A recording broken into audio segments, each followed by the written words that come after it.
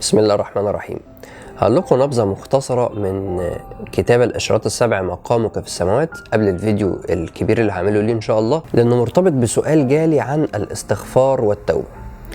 طيب أنا في الكتاب عامل علاقة الإنسان بالسماوات السبع كلهم.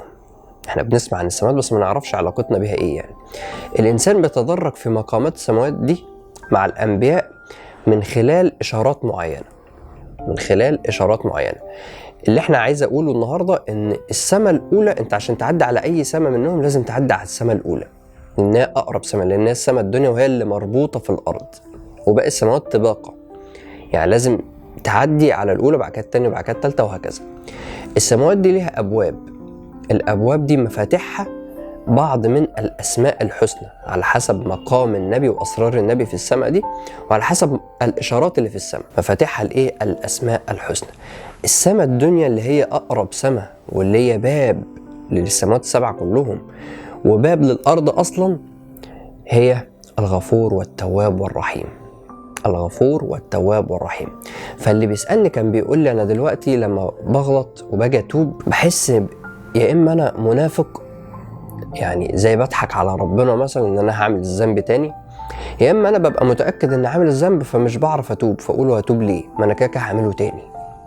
وهنا خدعه من خدع الشيطان الرجيم، لان انت اصلا المغفره والتوبه دي من الرحمه، والحاجات دي متلازمه معاك طول حياتك. خلي بالك انت عشان تطلع للسماوات في اي مقام او عشان تنزل للارض لازم تعدي على المغفرة والتوبة. فتلقى آدم من ربه كلمات فتاب عليه إنه هو التواب الرحيم. التواب الرحيم دي باب الآية، وهي مفاتيح أبواب السماء الأولى، مقام آدم عليه السلام، وهنبقى نتكلم إن شاء الله. فخلي بالك أنت لازم أصلا تستغفر وتتوب حتى لو مش بتذنب، حتى لو ما بتعملش معاصي.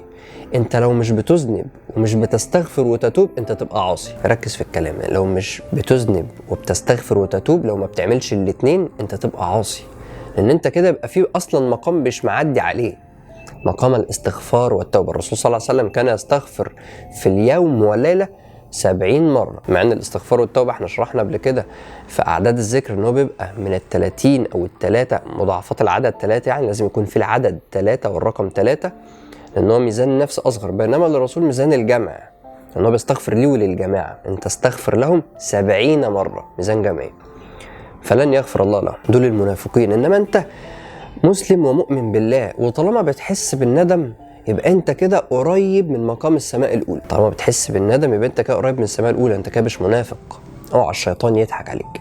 فالاستغفار والتوبة دول من الرحمة، ورحمة ربنا وسعت كل شيء. يعني حتى لو انت كنت هتتأله زي فرعون، ربنا سبحانه وتعالى برضو هيغفر لك وهيتوب عليك لو انت استغفرت وتوبت، لان ربنا اصلا في انتظارك، ربنا في انتظار توبتك دي. متخيل ان ربنا هو اللي منتظرك؟ فاوعى الشيطان يضحك عليك ويخدعك.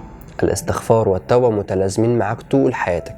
لو بتغلط وتستغفر وتتوب وبتغلط تاني، ارجع واستغفر وتوب تاني عادي، وهكذا بقى، وخليك هكذا، مفيش اي مشكلة خالص، حتى ربنا يرزقك انك تنتقل لمقام السماء التانية.